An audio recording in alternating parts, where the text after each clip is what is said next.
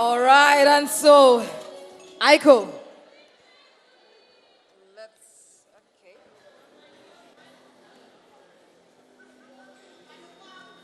Okay, Aiko picked number 1. Hey. And so, at this point, I will let the other ladies pick as well. Exactly. So we have your numbers. And so, I'm Winnie, Esiedua, Teya, Honam. Okay? Okay.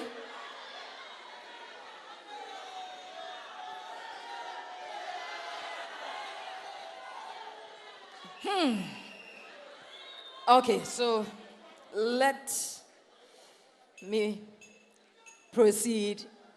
Are you ready for your question? You're ready. But guess what? We have to take a look at your profile. So let's take a look at that as well.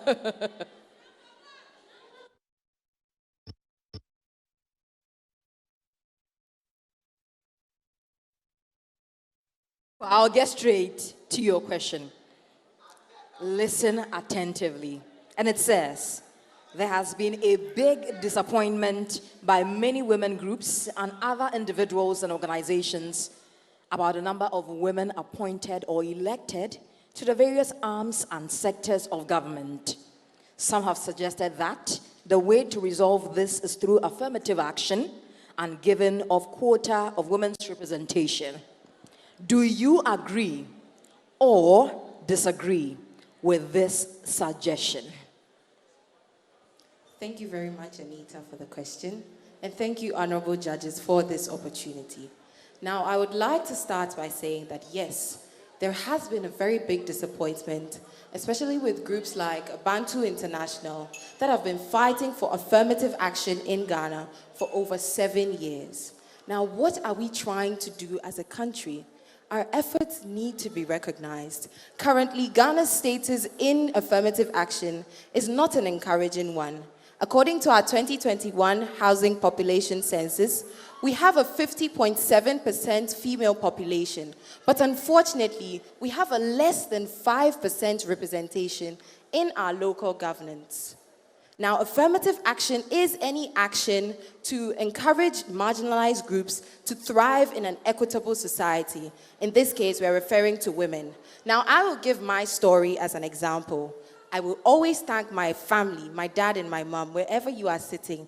Thank you so much. I grew up in a family of 4 brothers as the only girl, and encouraging me to take my place as a woman in society and never feel marginalized was an effort that they had to make. And now I enter male-dominated spaces like veterinary medicine, and I'm not concerned about my place as a woman because I know I have a lot to offer in society. Thank you. I know that I am very blessed. However, there are women in Ghana, women in the Oti region, that are still being forced into child marriages. There are women with no access to education. There are women without access to healthcare. And what are we doing as a people right here? We need to start from our roots. We need to educate our girls so that they grow up never ever feeling like they are not enough. However, as we are starting from the roots, we also need exemplary leadership from the top. I will encourage that the affirmative action bill be passed such that women have a quota of representation in our governance. I will use Rwanda as a case study. In 2003, Paul Kagame instituted a quota for women representation of 30% in concurrence with the 1995 UN Beijing quota benchmark for this purpose. Fast forward to 2008, women were a majority in the Rwandan parliament and they passed the No Plastic Bill. Now, this No Plastic Bill, thanks to good management and sustainable development, has been able to make Kigali, Rwanda's capital city, Africa's cleanest city. This tells us that affirmative action for women is not just to sustain a balance in our women's society, but also women have a quota to contribute to our national sustainable development. Currently, Rwanda is on track to achieving SDG 13, which is zero carbon emissions by 2050. We need to encourage our women. I would urge us all to allow women to take their rightful places as equals with men in society, we need a reform from the ground up, and we also need exemplary leadership. Thank you. Thank you so much, Aiko.